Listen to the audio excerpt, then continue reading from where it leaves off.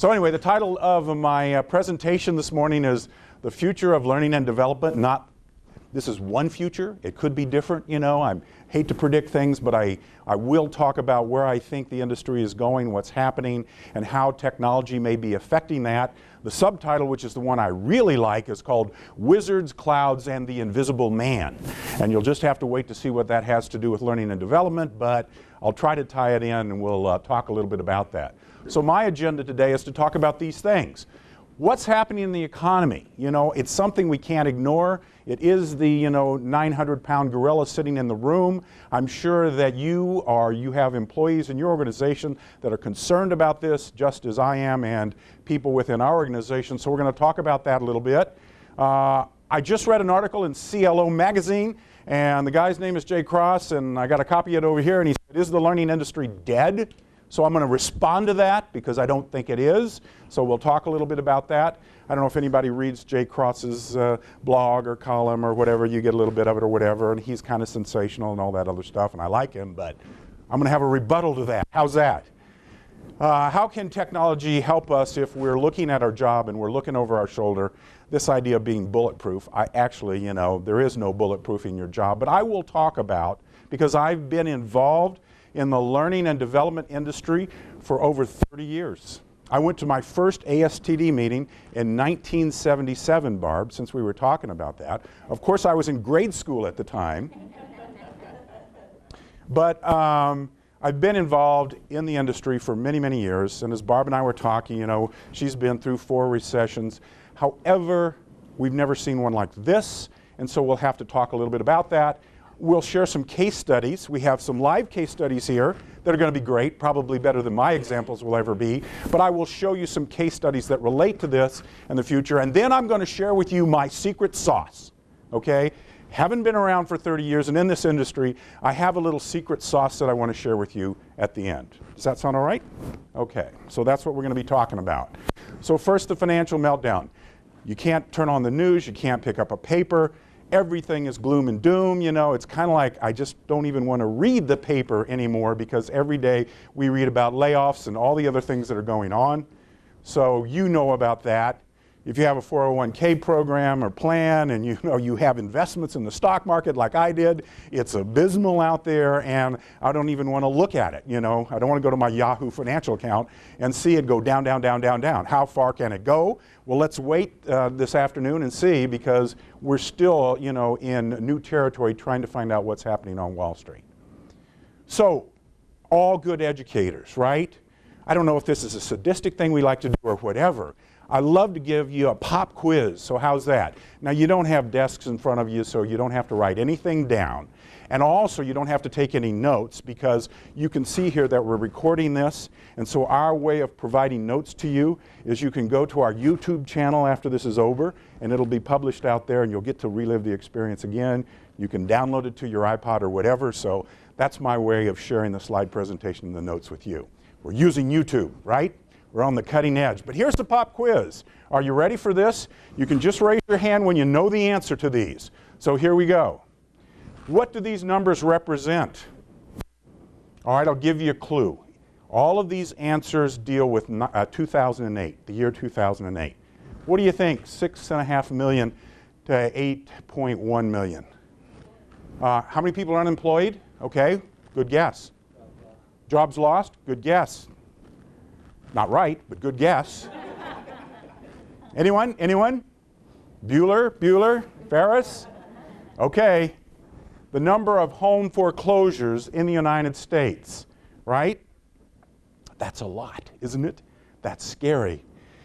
Let's get a little scarier. In the next 4 years, they expect to be 10 million more. 10 million. That's an interesting figure. Let's go to this one, even bigger. What does this number represent? Huh? Debt? Nope. What? Deficit? Nope. Nope. Nope. My next bonus. Your next bonus. Wow, I want to work at AMC.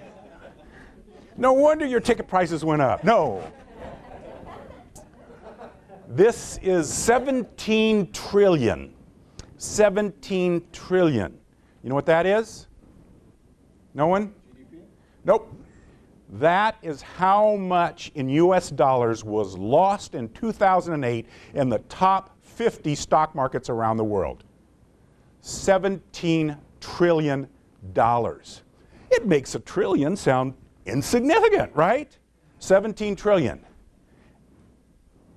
If we took every man, woman, and child in the world and divided that number by that, that's $2,535 for every man, woman, child in the world today. That's a lot of money. That's a lot of money. Now, are there some happy stats that would... You know why I'm sharing this with you? You know, if we start low, we can end high, you know? You know that old technique? I'm a classroom trainer. I got to do something, right? And Will always accuses me. He says, you're always so upbeat. You're, you know, the entrepreneur, you know. Lay it on them, you know. And it's like, I'll leave it up to the sales guys to make you feel better, you know. But anyway, that's what it is. Now, here's the quiz. Can you name, out of those 50 world stock markets, 5 or any country in the top 5 worst ones? In other words, the percent value lost. Give me some in the worst ones. Who lost the most in 2008? Russia won. Good answer. What else? Huh? Good answer. Yes. Anyone? Japan? We'll see. Anyone? Korea? Okay. Europe? Okay. Let's look. Russia number 1, Ireland number 2, Greece, Norway, India, Brazil, and China. Okay? Now let's do the flip side. Everybody lost. No one was in the positive column, okay? Who lost the least? Give me 5. Singapore? Next? Anyone? Japan? Good answer. Way to go, Barb. Okay. Anyone? United States? Hey, wait, I thought we caused this problem. How did we get out of that, you know? You're right. Right here. Morocco, number 1. Go figure. Japan, Switzerland, Israel, USA, number 5. Now, that's in 2008.